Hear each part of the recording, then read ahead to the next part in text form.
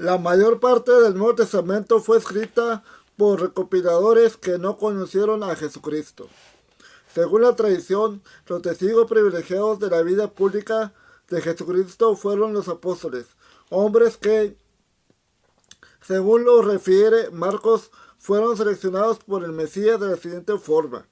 Subió a un monte y llamando a los que quiso de sus discípulos, vinieron a él y designó a 12 para que le acompañaran y para enviarlos a predicar, con poder de expulsar a los demonios. Designó pues a los 12, a Simón, a quien puso por nombre Pedro, a Santiago, el de Zebedeo, y a Juan, hermano de Santiago, a quien le dio el nombre de Boanerges, esto es, hijos del trueno, a Andrés y Felipe, a Bartolomé y Mateo, a Tomás y Santiago, el de Alfeo, a Tadeo y Simón el celador, y Judas Iscariote, el que le entregó.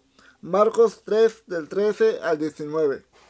Los apóstoles, todos ellos judíos, como el propio Jesucristo, debieron vivir tiempos difíciles y maravillosos cuando se vieron llamados a colaborar personalmente con el proyecto salvífico que el mismísimo Dios le había asignado a su Hijo Jesucristo.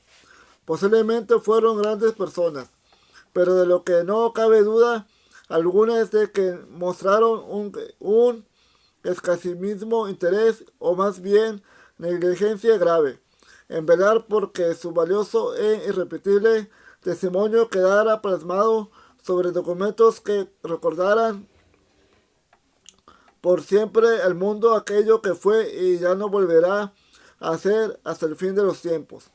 No olvidemos que en el entorno geográfico donde la literatura neotestamentaria sitúa esos hechos, los humanos ya usaban la escritura desde hace más de 3000 años. Pero de la propia mano de los apóstoles apenas salió un leve suspiro frente al casi infinito huracán de escritos que acabaría levantando el caso de Jesucristo, el Mesías de los judíos.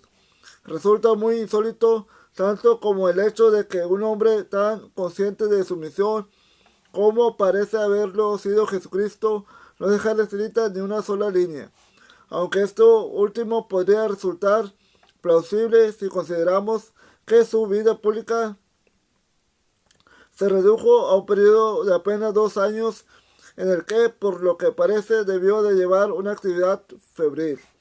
Lo primero que llama la atención cuando nos acercamos al Nuevo Testamento es comprobar los tardíos que son sus textos.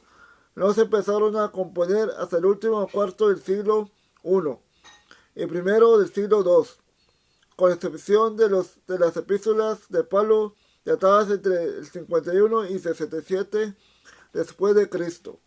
Y acto seguido, lo incomprensible y absurdo que parece el hecho de que quienes tenían mucho que atestiguar no escribieron nada o casi nada, y por el contrario, quienes no pudieron conocer directamente nada fuesen los redactores de la mayor parte del canon neotestamentario. Es tan ilógico como si una docena de historiadores o periodistas que propagadores como ellos eran los apóstoles o enviados presentes en el momento de producirse el mayor prodigio de la historia humana hubiesen enmudecido totalmente y el hecho portentoso y público no se hubiese plasmado documentalmente ni dado a conocer hasta 40 años después, y solo gracias a los escritos deslavazados de un par de ayudantes de 2 de estos supuestos testigos privilegiados. Veamos. El Evangelio de Marcos es el documento más antiguo sobre la vida de Jesucristo. Pero Marcos no fue discípulo de Jesucristo ni lo conoció directamente. Lo que pudo saber de él fue lo que escuchó relatar públicamente a Pedro. Tras la crucifixión, aunque la mayoría de los expertos actuales piensa que el autor de Marcos no fue discípulo de Pedro. El Evangelio de Lucas y los Hechos Ambos, el mismo autor, son los documentos fundamentales para conocer el origen y desarrollo de la iglesia primitiva.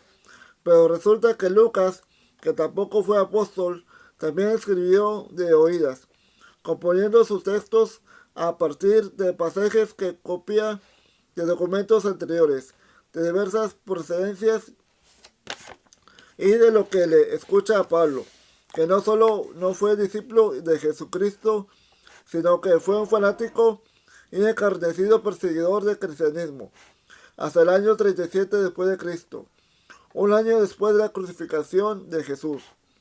Mateo se fue apóstol, pero una parte de su evangelio lo tomó de documentos previos que habían sido elaborados por Marcos, no apóstol, que era Juan Zebedeo. Claro, que este sí fue apóstol, pero resulta que el evangelio de Juan y Apocalipsis no son obra de este sino de otro Juan. Fueron escritos por un tal Juan el anciano, un griego cristianizado que se basó en textos hebreos y diseños y en los recuerdos que obtuvo de Juan el sacerdote, identificando como el discípulo querido de Jesús, y que no es Juan Zebedeo, un sacerdote judío muy amigo de Jesús que se retiró a vivir a Efeso, donde murió a edad muy avanzada. La sustancial aportación doctrinal de las epístolas de Pablo proviene de otro que tampoco fue testigo de nada y que además acabó imponiendo doctrinas clave totalmente ajenas al que se hace aparecer como mensaje original de Jesucristo. Pedro, el jefe de los discípulos y piedra sobre la que edificó la iglesia, no escribió más que 12 epístolas de puro trámite.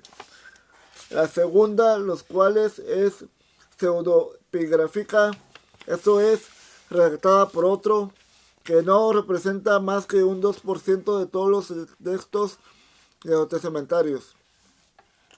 Santiago, hermano carnal de Jesús, el primer responsable de la iglesia primitiva y por ello un testigo inmejorable, apenas aportó otro 1% al Nuevo Testamento, con su epístola también de dudosa autenticidad. Por paradójico que parezca, es obvio que entre los redactores neotestamentarios prevaleció una norma bien extraña. Cuando más cercanos a Jesús se encontraban, menos escritos aportaron al canon y viceversa. Francamente absurdo y sospechoso.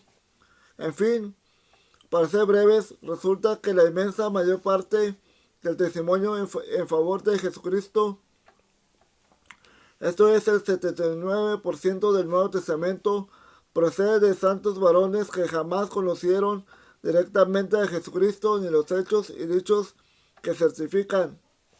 Tamaño absurdo intentó ser apuntalado a declarar inspirados todos los textos del canon neotestamentario. Pero entonces, dadas las muchísimas contradicciones que se dan entre los propios evangelios y sus inexactitudes históricas injustificables, se hizo quedar como un auténtico ignorante al mismísimo Espíritu de Dios. Menudo problema. Las incoherencias tremendas que puede apreciar cualquiera que comparte entre sí los 4 evangelios canónicos resultan tanto más chocantes y graves si tenemos en cuenta que estos textos debieron ser producto de una selección y pacto muy meditados.